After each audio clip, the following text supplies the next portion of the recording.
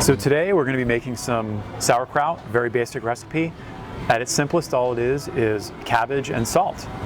So we've got some beautiful red cabbage, and I have this device. It's sort of like a medieval sized cabbage shredder. Makes quick work of cabbage. So we're just going to go ahead and get started.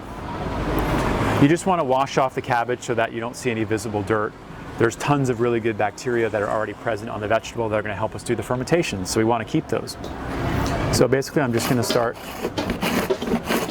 shredding.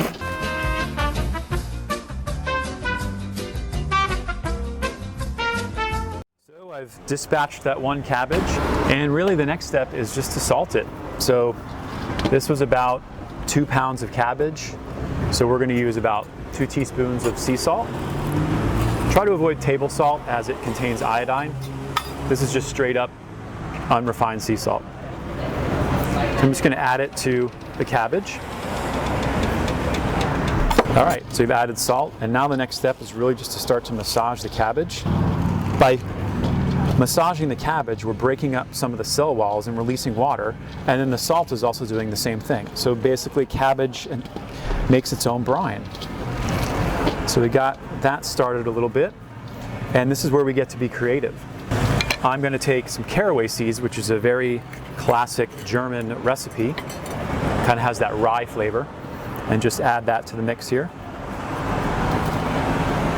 And I happen to have some fresh ginger lying around, so I'm going to just shred it directly into the bowl. I find ginger adds a nice brightness to sauerkraut recipe.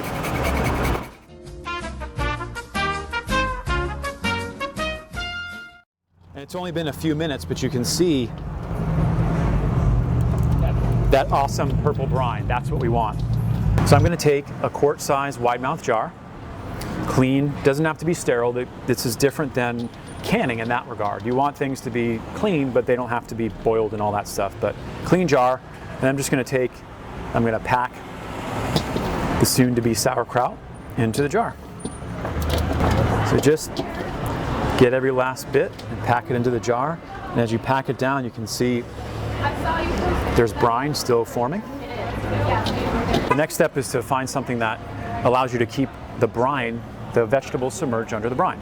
So I just took a glass jar, empty olives in this case, filled it with some water, and I'm just going to use it and carefully push it down inside the jar. And then I'm going to take just a clean dish towel, and I'm going to wrap it around the whole thing.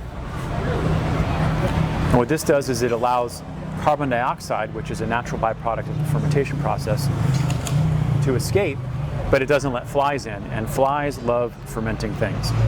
Finally, I'm going to take a rubber band and just put it around the whole thing. So now this is ready to go. I'm going to put it at room temperature, just on a shelf in a small dark corner of the kitchen, or maybe even your garage, and let it sit for anywhere from 3 to 8 weeks. Sauerkraut is traditionally made over the entire winter season, so really it's a matter of taste. It's ready, so to speak. The bacteria is prolific and alive after about 3 or 4 days, so anything after that is really just a matter of your preference. So that's how to make simple sauerkraut.